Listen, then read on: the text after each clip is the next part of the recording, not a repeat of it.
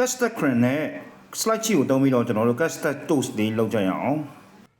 ဥစ္စာပထမကျွန်တော်တို့ရင်နွေးတည်ထားမယ်ပေါ့နော်ရင်နွေးတည်ထားတဲ့ထဲကို slide cheese 85 gram လောက်ကိုနွားနို့50 gram နဲ့ရောပြီးတော့ double boil လုပ်ပါမယ် double boil လုပ်ပြီးတော့တသားလေးဖြစ်သွားတဲ့အချိန်ကျရင်ကျွန်တော်တို့တုံးဖို့အတွက်အဆင်သင့်ဖြစ်ပါပြီ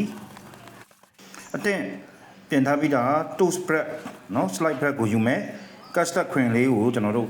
တုပ်မယ်တုပ်ပြီးတော့ရင်ပေါ်ကနေနောက်ထပ်ပပုတ်တစ်ချက်ထပ်ပြီးတော့ထပ်မယ်ထပ်ပြီးတော့ရင် custard cream ကိုပဲထပ်ပြီးတော့ညီညီလေးကျွန်တော်တို့တုပ်ပါမယ်တုပ်ပြီးတော့ပြီဆိုရင်ခုနကကျွန်တော်တို့ double boil လုပ်ထားတဲ့ cheese cream ပေါ့နော်အဲ့ကောင်ကိုအပေါ်မှာထပ်ပြီးတော့ညီညီလေးကျွန်တော်တို့တုပ်လိုက်ပါမယ်တုပ်ပြီးတော့ပြီဆိုရင်တော့ကျက်ဝတ်နဲ့လေးလုံးလောက်ကိုကျွန်တော်တို့နာနာလေးခောက်မယ်ခောက်ပြီးတော့ရင်ကျွန်တော်တို့ပေါ့နော်အဲ့ဒီရဲ့ toast ပေါ်မှာစုပ်တန်လေးနဲ့ညီညီလေးကျွန်တော်တို့တုပ်ပေးပြီးပြီဆိုရင်ပေါ်မီ200အောက်မီ0ပေါ့နော်တုံညနဲ့ခမန်းကြီး15မိနစ်ဝန်းကျင်လောက်ဖုတ်ပေးလိုက်ရင်ရပါပြီခင်ဗျာထုံးစံတိုင်းပဲကျွန်တော်တို့မုတ်ဖုတ်ချိန်3ပုံ2ပုံမှာတော့အရှိနောက်လှည့်ပေးဖို့လုံးဝမမေ့ပါနဲ့ခင်ဗျာအချိန်ပြည့်ပြီဆိုရင်အာဗန်မော်ကချမယ်လုံးဝအေးအောင်အေးခံပြီးပြီဆိုရင်ကျွန်တော်တို့ bakery show line ဆိုင်တွေအတွက်ပေါ့နော်ရောင်းမန်းဝင်တဲ့ cheese custard toast ပေါင်းမလေးရရှိပါပြီခင်ဗျာအားလုံးကျေးဇူးတင်ပါတယ်